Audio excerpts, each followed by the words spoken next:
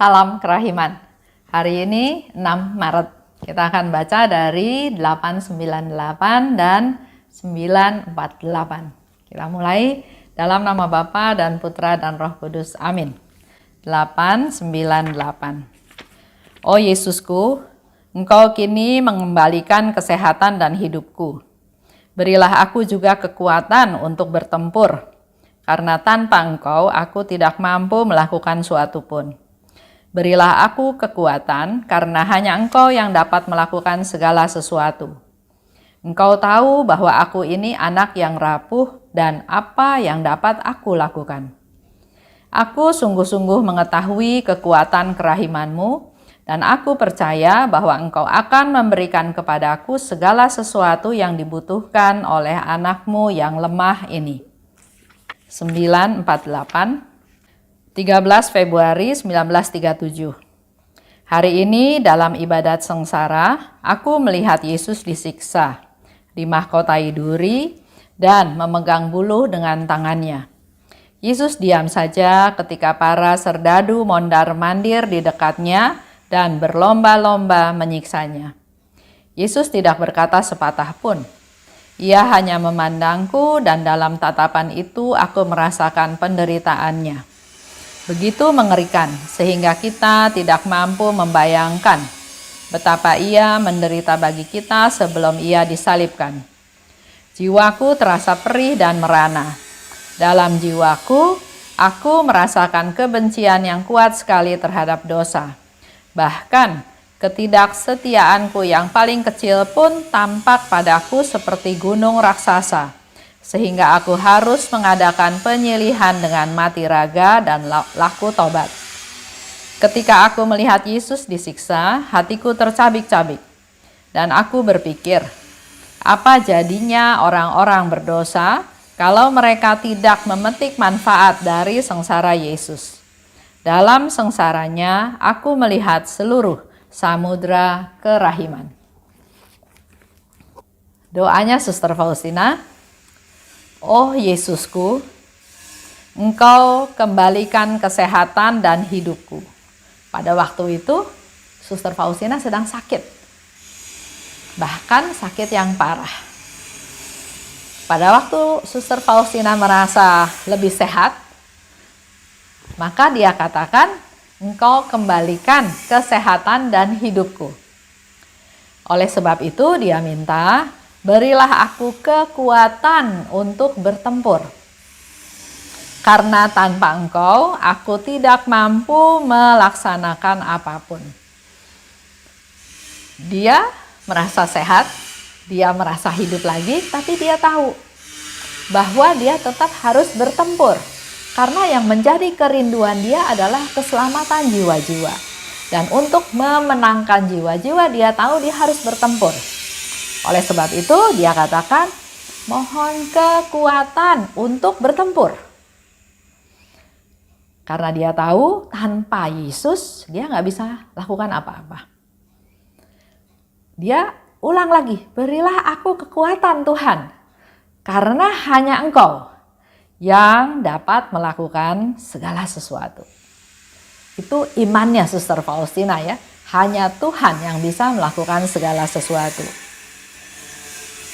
Dengan rendah hati, dia katakan lagi pada Yesus, Yesus, Engkau tahu, aku kan anak yang rapuh. Apa yang dapat kulakukan kalau nggak dapat kekuatan dari Tuhan? Aku sungguh-sungguh mengetahui kekuatan kerahiman-Mu. Suster Faustina kembali meyakinkan dirinya dan juga kita semua, dan juga dia mau kasih tahu ke Tuhan bahwa aku tahu kekuatan kerahiman-Mu bisa melakukan apa saja.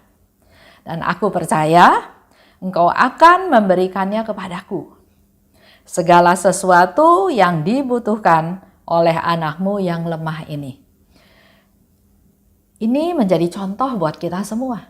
Kita juga manusia yang lemah, yang tidak berdaya, yang papa, yang bahkan sering sekali jatuh ke dalam dosa. Tapi hari ini Suster Faustina mengajar kita semua bahwa ayo belajar dari Suster Faustina. bahwa dia memang rapuh, memang dia tidak berdaya, dia anak yang rapuh, dia tahu dia nggak bisa lakukan apa-apa kalau bukan dari Tuhan. Oleh sebab itu dia sungguh-sungguh mengandalkan Tuhan dan dia percaya. Dia percaya bahwa dia akan memperoleh kekuatan dari kerahimannya Tuhan. Di 948 itu terjadi 13 Februari 1937. Dalam ibadat sengsara. Di sana dikatakan ya, ibadat sengsara itu adalah ibadat dalam masa Prapaskah untuk menghormati sengsara Yesus seperti yang sekarang kita alami. Dalam masa Prapaskah, setiap hari Jumat kita ada jalan salib dan ada perayaan Ekaristi. Bahkan dalam masa pandemi ini kita bisa mengikuti perayaan Ekaristi setiap hari. Begitu banyak tawaran dari paroki kita masing-masing, dari keuskupan, bahkan kita bisa mendapatkan channel atau link dari keuskupan yang lainnya untuk memperkaya kita. Uskup tertentu yang katakan, pastor tertentu yang katakan dengan tema yang berbeda-beda, tapi itu semua menjadi sumber kekuatan buat kita semua. Dikatakan oleh Suster Faustina, waktu ibadat sengsara, aku melihat, dia memperoleh penglihatan, dia melihat Yesus yang disiksa. Dimahkotai duri, dia memegang buluh pada tangannya. Jadi kalau Bapak Ibu bandingkan dengan misalnya peristiwa sedih ya, peristiwa sedih yang ketiga dalam doa Rosario, Yesus dimahkotai duri. Atau kita juga bisa tahu cerita dari cerita perhentian jalan salib. Yesus disiksa, Yesus didera, Yesus dicambuk, Yesus ditendang, Yesus dipukul. Bahkan Yesus memang diberi buluh, dikasih buluh untuk dipegang. Tapi melalui buluh itu justru para perwira juga mengambil buluh itu dan memukuli Yesus.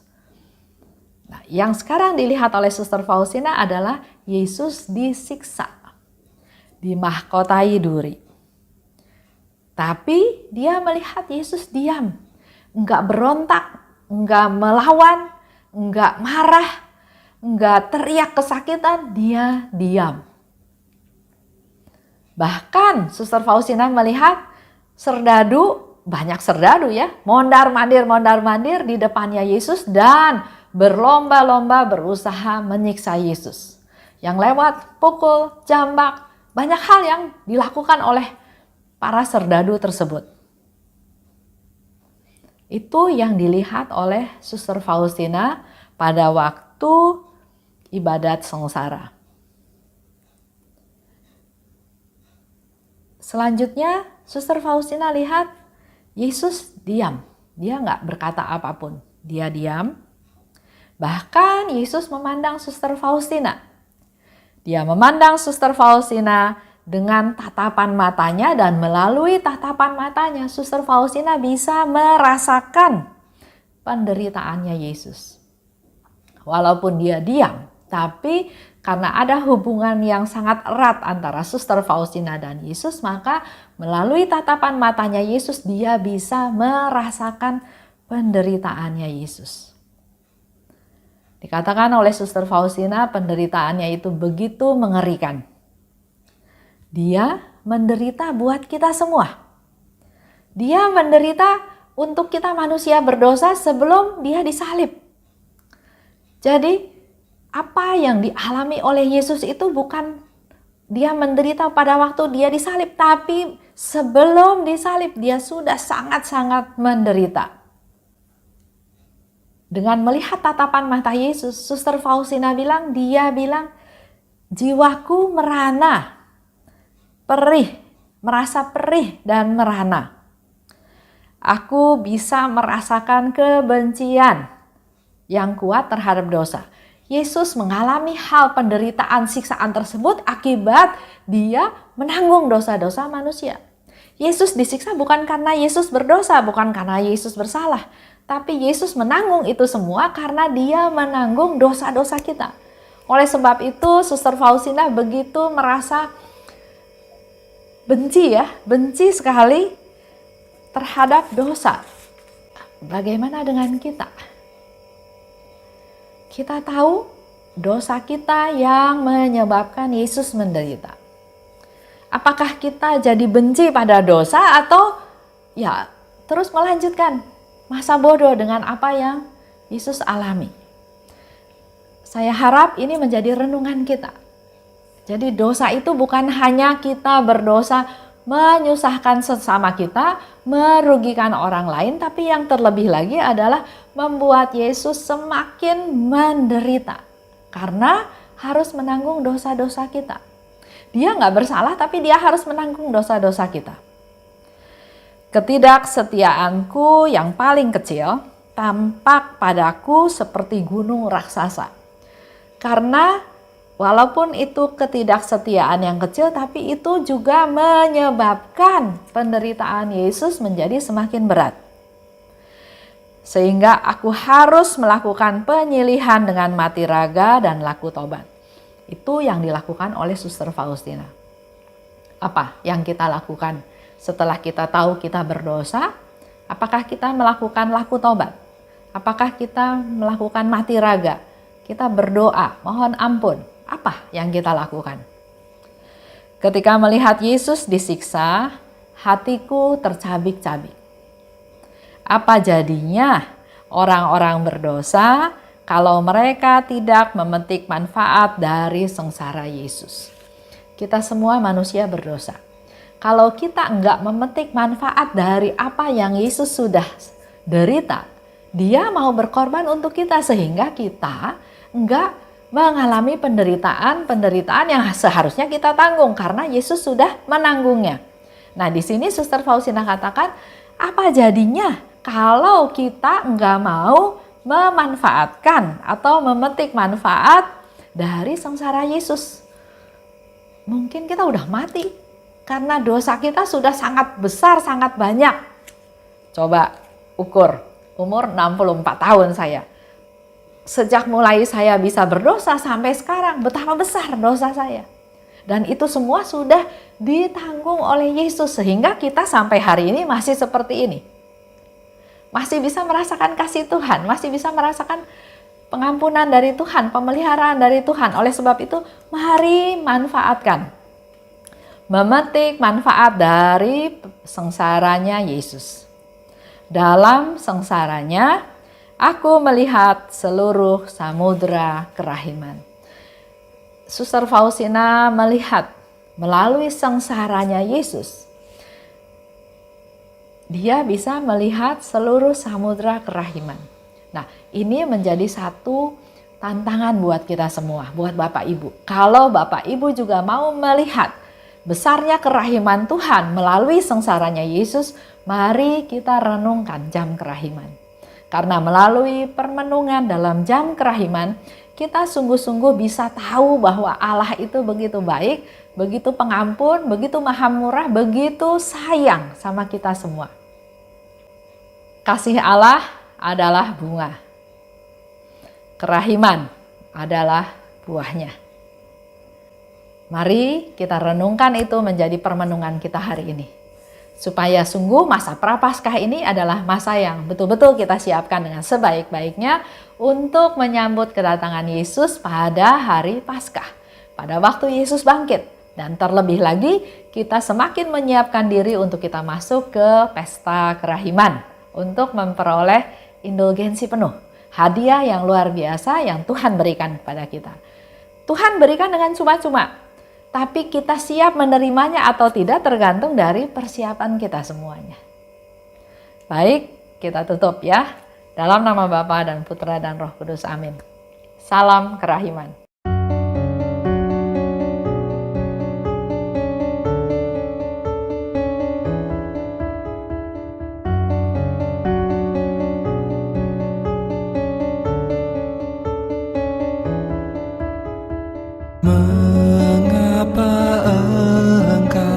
Membiarkan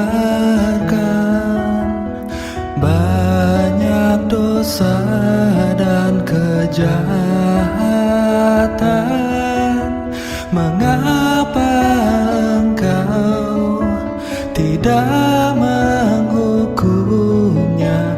Ternyata Engkau masih kesempatan.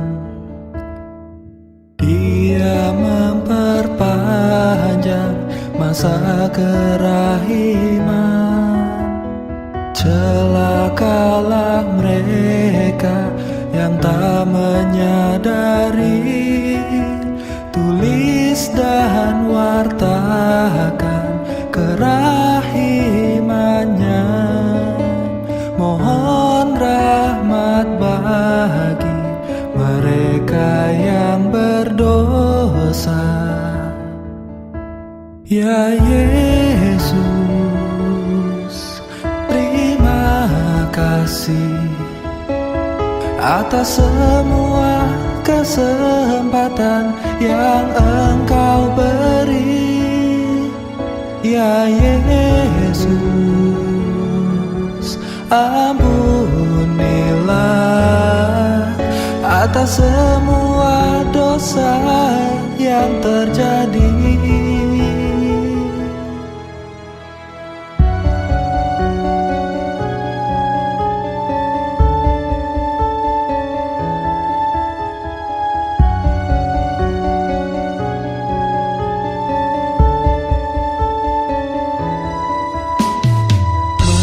Mengapa Engkau membiarkan banyak dosa dan kejahatan? Mengapa Engkau tidak menghukumnya? Ternyata Engkau masih memberi kesempatan. Dia memperpanjang masa kerahiman. Celakalah mereka yang tak menyadari. Tulis dan wartakan kerahimannya. Mohon rahmat bagi mereka yang berdosa. Ya Yesus, terima kasih atas semua kesempatan yang Engkau beri. Ya Yesus, ampunilah atas semua dosa yang terjadi. Ya Yesus, terima kasih atas semua kesempatan yang Engkau beri. Ya Yesus, ampunilah atas semua dosa yang terjadi.